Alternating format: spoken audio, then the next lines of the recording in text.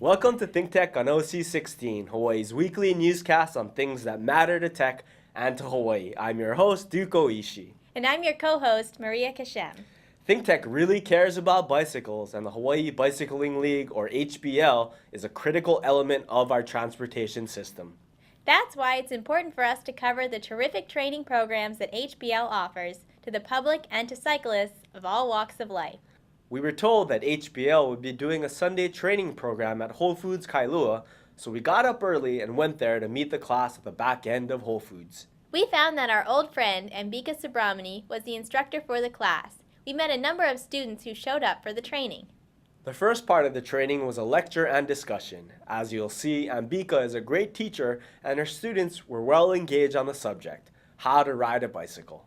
A couple things about helmets is helmets actually have an expiration date and a lifespan to them.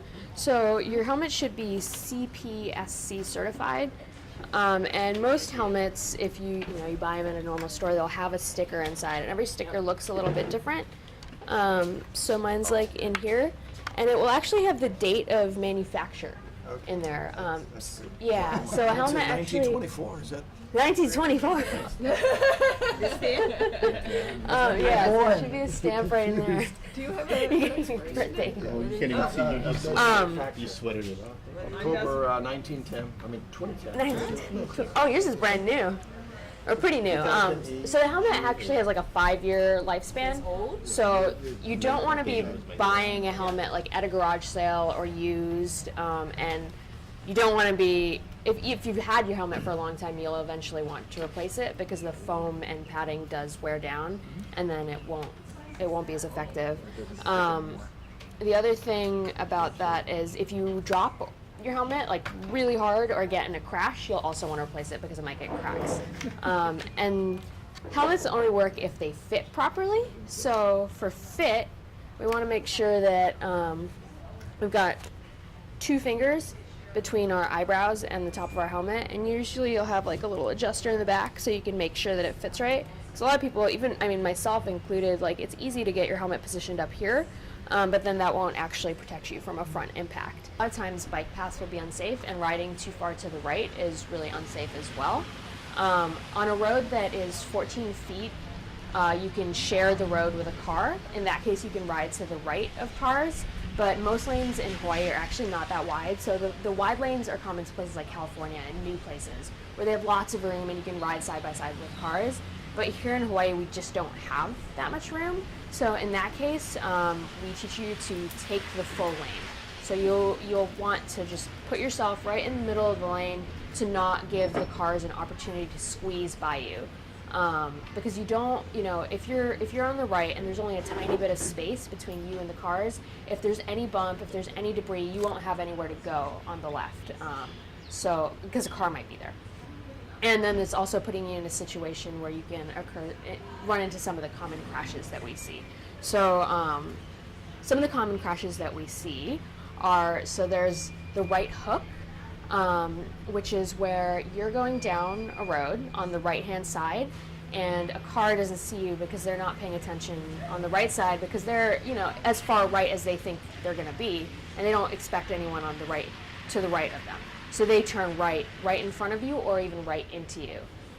So that's one reason to position yourself in the lane. Another common crash is the left cross. So that's where you're going straight down a lane. A car is coming from the opposite lane. They don't predict your speed and they just drive right in front of you. So what you can do for that is make yourself visible and just make eye contact with drivers and be slow when you see a driver that might be turning left in front of you. So just predict that. You want your cranks to move obviously forward and backwards, but you don't want them to move laterally. So you can just quickly check for any lateral movement.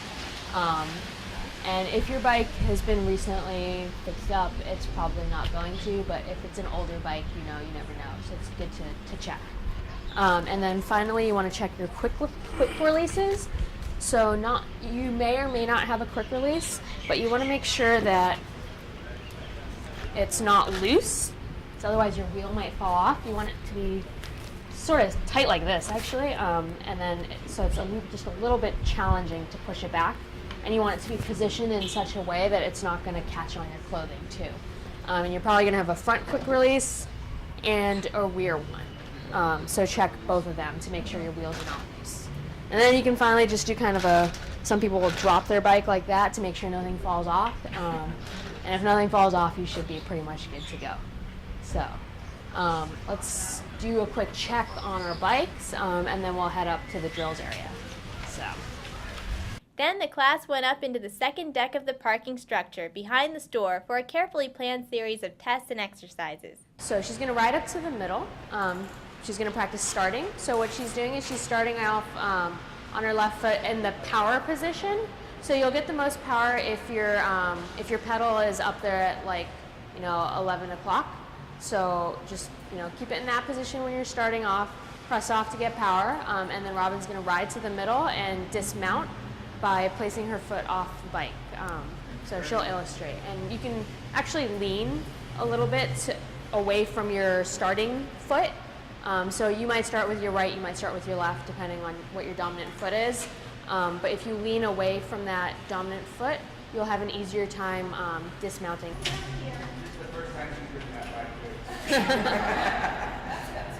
See how she leaned and popped off? So that helped her stop, yeah.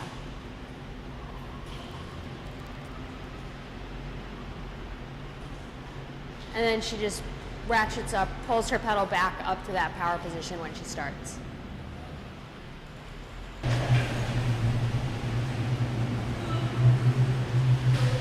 Good. Zero. That's what you try to do. Yeah. And you're trying this.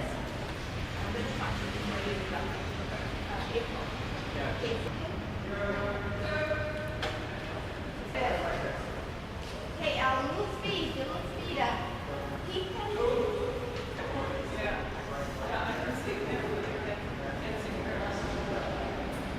So the next drill, we're going to incorporate signaling. So you'll scan at the same spot, and then in order to go left, you're going to hold out your hand, scan again to make sure that it's clear, because on the road, if a car is coming, you'll look for a car, and then you'll signal, and then you'll double check to make sure the car is not there, and then you'll turn. So Robin will illustrate. So she looked. So yeah, look, signal, look again, then turn. Always look before turning.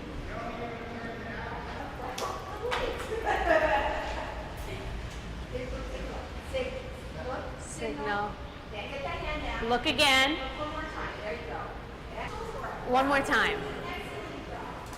And then we're going to do it on the right side too.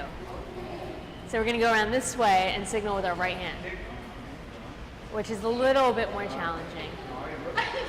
Look, signal, then look again. You just hold your body upright when you're making the right hand signal, and you'll feel more stable. You have the detriment of the new bike.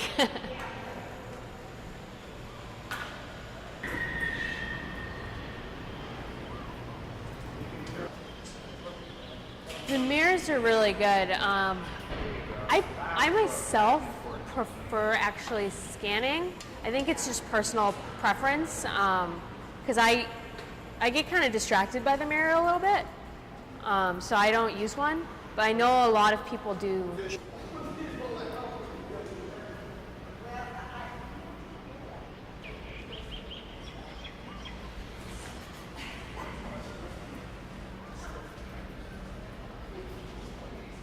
Turn without looking.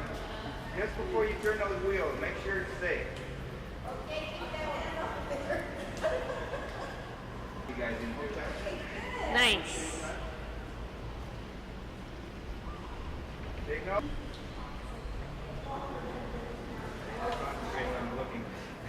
Concentrate on one thing. Signaling. No, well, I wouldn't worry about it when you're signaling. You're just telling traffic, yeah, but always checking. Make sure it's clear, signal. Yeah, good job. If you're not in a comfortable environment, don't take your hands off the wheel. If you're going down a hill fast, and Yeah, like don't. that, eye contact works quite Don't well. take it. It's always about safety in here. I'm overemphasizing with all you guys. Before you make that turn, I mean, right now, we're trying to go through a procedure. 1, 2, 3, 1, 2. And we're thinking about 1, 2, 3, not about as much about why we're doing it, you know. And a lot of you, most of you are doing a good job. Before you move out of traffic, we always check to make sure it's clear. So the last thing you're going to do before you make that turn is look, it's clear, now I'm going to move. That's critical. So right now we're going to take the students just on a brief 45-minute ride right around here in Kailua. So just a really short course, probably 2.5 miles long. What we do is we stop along the way and we talk about some of the lane positioning issues that we talked about in the discussion, how to make turns, how to properly signal, and just some tips for riding on the road. And we stop periodically to talk about those things and to regroup. So it's just kind of a nice, short, comfortable way to get them used to riding on regular roads and applying what they've learned in class. After these preliminary points of training, Ambika took the group out for a training ride through the streets of Kailua. This is where you really learn how to ride. And they're riding, if you will note, in single file. And they're spaced a little bit so that one's not on top of the other. You know, it's one thing if you're trying to draft a rider in a peloton in a race, but in a recreational ride, there's no point in kissing the wheel of the guy in front of you. In fact, it's dangerous. All kinds of bikes. There's some really expensive bikes in this crowd, but there's also some, you know, half mountain bike looking bikes. They're all arguably road bikes, though. They all have helmets on.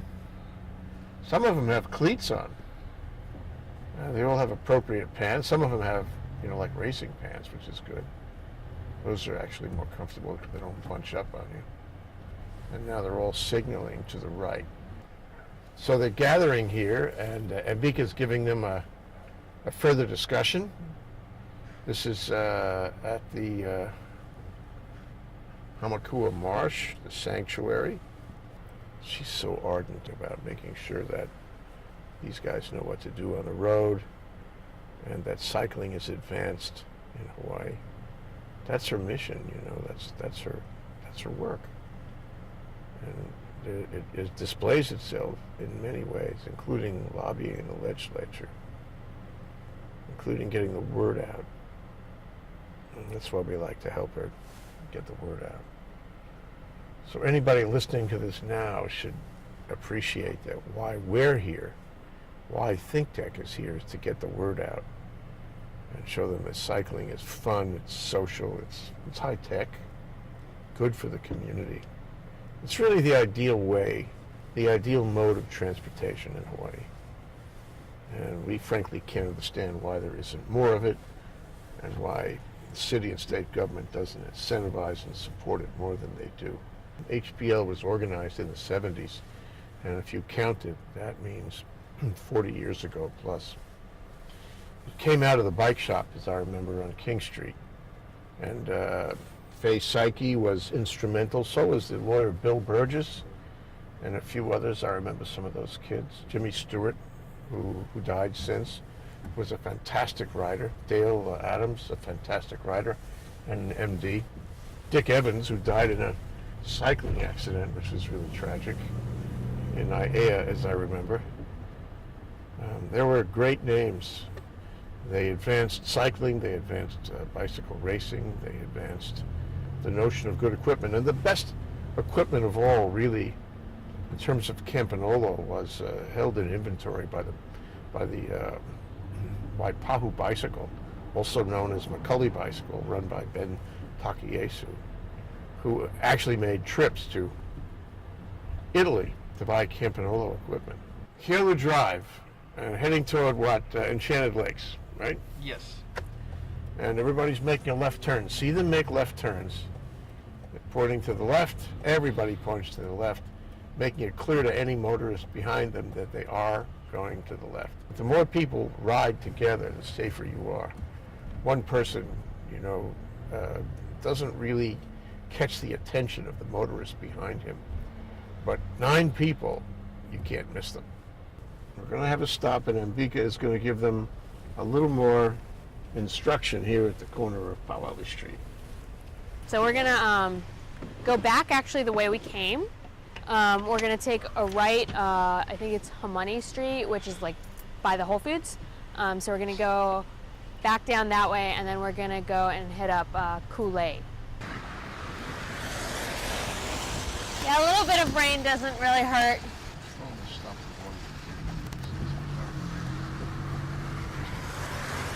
So that was pretty good practice, switching lanes, and we got a little bit of rain too. One thing with the rain is always like watch out for things that can be slippery. So grates on the road, manhole covers, even paint. Like sometimes like the sharrows or the lanes, like the lanes that are striped can be slick. So always just take them going straight. I don't think there's any reason that cyclists, if they're taking the lane, shouldn't be able to ride two abreast, because you know you're actually safer that way. And either way, you're taking the lane, so either way, the car should have to pass you with enough space. But the rule is that cyclists are supposed to ride single file. All right, so we're gonna go out this way. We're gonna take a right here, and then we're gonna take a left onto Kainalu, ride in the bike lane for a little bit and enjoy that, because it's a really nice road to ride on. And then we're gonna take a left and come down a not as pleasant road just to illustrate the differences.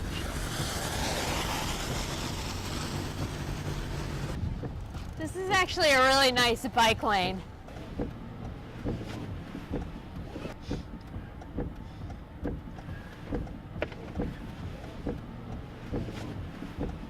When the ride was over, cut a little short by rain that Sunday, the class regrouped at the back end of Whole Foods for a photo. They were in great spirits, buoyed by the excitement of the class and the ride. Okay, good. Thank you. Thanks, Jen. Thank you, Jen. Thank you all so much for coming. I hope we'll you. see you on the road. Yeah, great. How did you guys like the class? I love the class. That was a really nice ride, learning all the safety tips. Cool. I think especially for beginners that haven't ridden properly, more should I say, you get a lot of the nervousness out. Right. Because you're in a group, you get to see what everybody else is doing, so you get a little bit of a fudge factor in to get used to it. You're learning the right way too. Yeah, Not the like, bad habits. Even when you saw when we were coming, a lot of people were riding the wrong way down the bike Yeah, lane and yeah, stuff.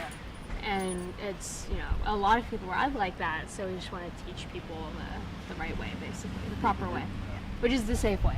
Yes. So, cool. Well, I'm so glad you guys could Thank make you. it. Yeah. I thought it was it was a great class overall. One of the things that we've been struggling with has been actually attendance. So for instance, yesterday at UH Manoa, we had 14 students registered, and only 6 showed up. Today, we had 8 students registered, 7 people came, so that was really great to see that all the people that were interested in taking it actually came. The nice thing about Kailua is I think you get people that are a little bit more committed. A lot of other classes we do with like younger people or with students, they don't have that level of commitment to coming sometimes, and some of them they actually have more experience. But here in Kailua, I've been finding that we get a lot of people that really do benefit from the class, and that they're people that have bikes, have ridden their bikes, but just want to get out more and want to feel more comfortable riding like on the road. I thought this was a pretty good group for that, so I think it went pretty well. These classes and the quality of instruction, safety, and confidence that they provide are what make the Hawaii Bicycling League great. The ride was followed by a great breakfast at Whole Foods. What a great way to spend a Sunday morning. Biking, learning about biking, and sharing the experience with like-minded bicycle enthusiasts. If you want to join HBL or sign up for one of the training classes or just take a ride with them, check out their website, hbl.org. Let's all go for a ride. It's so important that we ride and use and develop cycling as a critical element of our transportation system and as a way of life in the islands. HBL is an essential part of that effort, so it's also important that we support them in every way.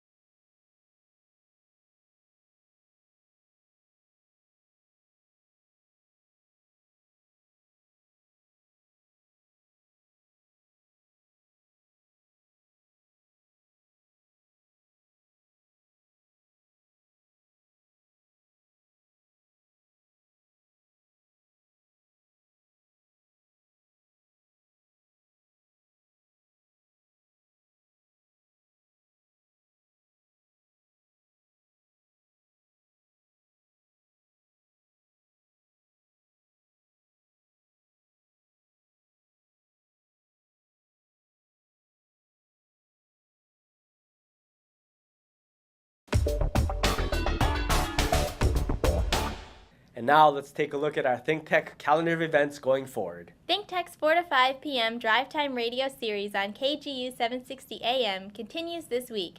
Tune in to 760 AM for Energy on Wednesday, Asia in Review on Thursday, and ThinkTech Fridays on Friday. Raise your awareness on ThinkTech Radio. On March 28th, the Hawaii Venture Capital Association and ThinkTech will present a luncheon program at the Plaza Club entitled Building a Better Financial Connection Between Hawaii and Asia. Sign up for these programs on hvca.org. And now, here's Bill Spencer, president of the Hawaii Venture Capital Association, with this week's Spensation. You know, the thing about these bills is they're all named after you. A little secret, I worked that out with the legislature many years ago. Yeah, well, of course, we have a lot of startup activity going on and accelerators, and clearly, given the economic situation with the possibility of cuts that would affect the military side of our economy, which is not insignificant, it once again points the finger at the need for a diversified economy. And you know, lots of good things are happening in the tech sector of our economy nationally. Knocking wood. Knocking wood. So I think the timing is good, and the bills that are of note are two bills. One is called the High Growth Initiative, which is moving forward in both houses, passed by the business committees, and then this week Finance or Ways and Means passed it through with unamended. And so it's, you know, the democratic process is moving forward at its usual slow pace, but nonetheless, it's a good sign. Mm-hmm. And then the other bill, which would allow the Manoa Innovation Center to stay where it is also moving forward. So This is a very important one. A 25-year extension on the lease by which UH could actually ask them to leave. So this keeps them alive. That's right. And they deserve it much more than UH does. Well, I think it's all part of this ecosystem, we like to call it, of entrepreneurship. And we need all of these pieces of the puzzle, because it's not just start a business and get some business cards printed up. That's not going to make a business really happen and grow, which is what we need. It takes a family, as they say. And it takes children. And you got to love children, and you got to be patient with children and give them a break at all points. You nurture them, and then they flower, and that's what we need to do with all of our tech startups. That's right. And we still have some companies that were started in the last decade that are moving ahead slowly without a lot of financing. I think the thing that would really help is if, you know, our high net worth individuals and institutions would sort of keep looking in the mirror and looking at themselves and asking themselves, why are we not putting more money in our own backyard? Because that's still the big hole in the picture. Why? Why are we not putting more money? Why are we not investing in our own backyard, in ourselves, and our progeny, our kids, our startups? Why? Thank you, Bill. It's a good question. But I understand you have some news about startups as well. Yeah, we're going to have a new segment on the show to follow Spensation, or right after Spensation, just like Spensation. And we're going to cover startup news at the Manoa Innovation Center and elsewhere in the state, the Blue Startup Program, for example. And we're going to have somebody report every single week for a few minutes on what's going on. And I'm inclined to call this Startup Station. I like that. Rhymes with Spensation. Uh-oh. Anyway, the High Tech Development Corporation will help us and sponsor that aspect of the program. So we're really looking forward to enhancing our offerings with that weekly report. The other weekly report I'd like to do is the traffic report. And it's not really a traffic report, it's a report on congestion in the traffic. It's an intersection by intersection report on what's going on and what's not going on in fixing our roadways and our traffic system. So, you sure you can fit that in a 30-minute show? No, 3 or 4 minutes, that's all. But if we keep on doing it, after a while, people may get the message that there are things that can be done which aren't being done. Maybe that'll encourage some action. I hope so. Can I report on the big potholes that I encounter? Exactly. All right. Well, thanks, Bill. Thank you. Much more to come. We'll be in our new studio next week. Fantastic. And next time you see Bill in Spensation, he'll be reporting from our brand new studio in the Pioneer Plaza. Looking forward, Jay. Thank you, Bill. We'll be right back to wrap up this week's edition of ThinkTech. But first, we want to thank our underwriters.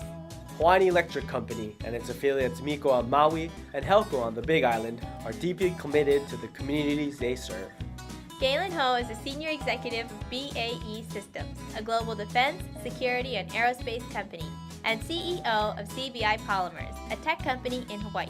The High-Tech Development Corporation, the state's leading technology agency, attached to the Department of Business, Economic Development, and Tourism. Castle and Cook Hawaii, with a time-honored legacy that spans more than 160 years and revolves around its mission of investing in Hawaii, creating communities, and providing for the needs of our state. Hawaii Gas, formerly the gas company, a proponent of the liquefied natural gas initiative, helping Hawaii achieve its transition to clean energy and a better energy future. Okay, Maria, that wraps up this week's edition of ThinkTech. Remember, you can watch ThinkTech on OC16 several times every week. Can't get enough of it, just like Jay Fidel does. For additional times, check out oc16.tv. Totally, Duke. For lots more ThinkTech videos and for underwriting and sponsorship opportunities on ThinkTech on OC16, visit thinktechhawaii.com. Be a sponsor or a volunteer and help us reach Hawaii. I'm Duke Oishi. Thanks so much for joining us on ThinkTech. You can watch this show throughout the week and tune in next Sunday evening for our next important weekly episode. Aloha, everyone. I'm Maria Kashem. See you next time. My name is DJ. ThinkTech raises public awareness.